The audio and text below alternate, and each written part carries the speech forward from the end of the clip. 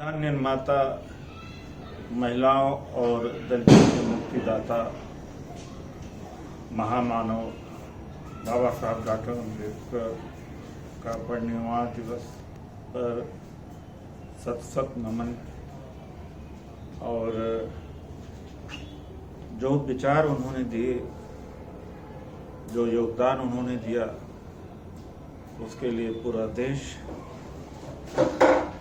सिर झुकाता है, सम्मान करता है, श्रद्धा का सुमन अर्पित करता है। बाबा साहब की जो अंतिम लड़ाई थी, मूल सार जो थी उनके दर्शन का, जाति विच्छेद अर्थात जाति विहीन समाज। बहुजन जागृति कोई अच्छी बात है, लेकिन बहुजन जागृति से कहीं ज़्यादा जाति जागृति हुई और अहंकार की जागृति हुई, और हमें उससे तरक्की करना चाहिए था, आगे जाना चाहिए था। हम पीछे हट गए और बहुत पीछे चले गए। हमारी वोट बैंक की ताकत नहीं रही। जातियों के नाम पर संगठन बन गए, जातियों के नाम से पार्टियां बन गई, और फिर भी यह कहते थकते नहीं कि बाबा साहब के पद चिन्हों पर चल रहे हैं। तो मैं यही कहूँगा कि बाबा साहब को अपना सम्मान पेश करें, खास तौर से जो उनके विचारधारा को मानते हैं, लेकिन अपने गिरवान में भी झांक करके देख लें। सवर्णों से तो उम्मीद करते हैं कि वो हमारे साथ भेदभाव नहीं करें। वर्ण व्यवस्था के हिसाब से उनका भेदभाव करना एक कार्य है, क्योंकि व्यवस्था में लिखा हुआ है सवर्ण के द्वारा सेवा लेना। लेकिन हम कहाँ वर्ण व्यवस्था से बाहर निकले?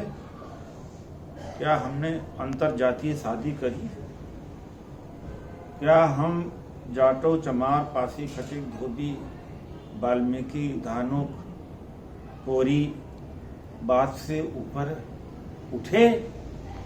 पढ़े लिखे लोग नहीं उठे। और जब तक यह नहीं करेंगे, हमारी शक्ति जो पहले दिखती थी अब वो दिखना बंद हो गई।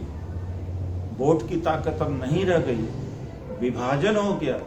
तो आज संविधान भी खतरे में है और निजीकरण तेजी से हुआ है, जिससे आरक्षण समाप्त हुआ है।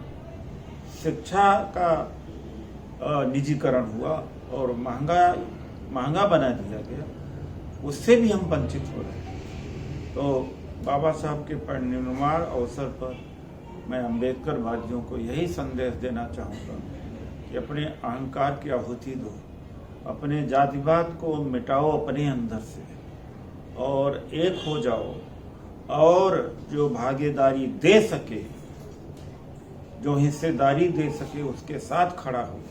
यह नहीं कि जाति के आधार पर, भावना के आधार पर और कसौटी की खरी पर न जो उतरे, केवल लफ्जों, शब्दों और भावनाओं से।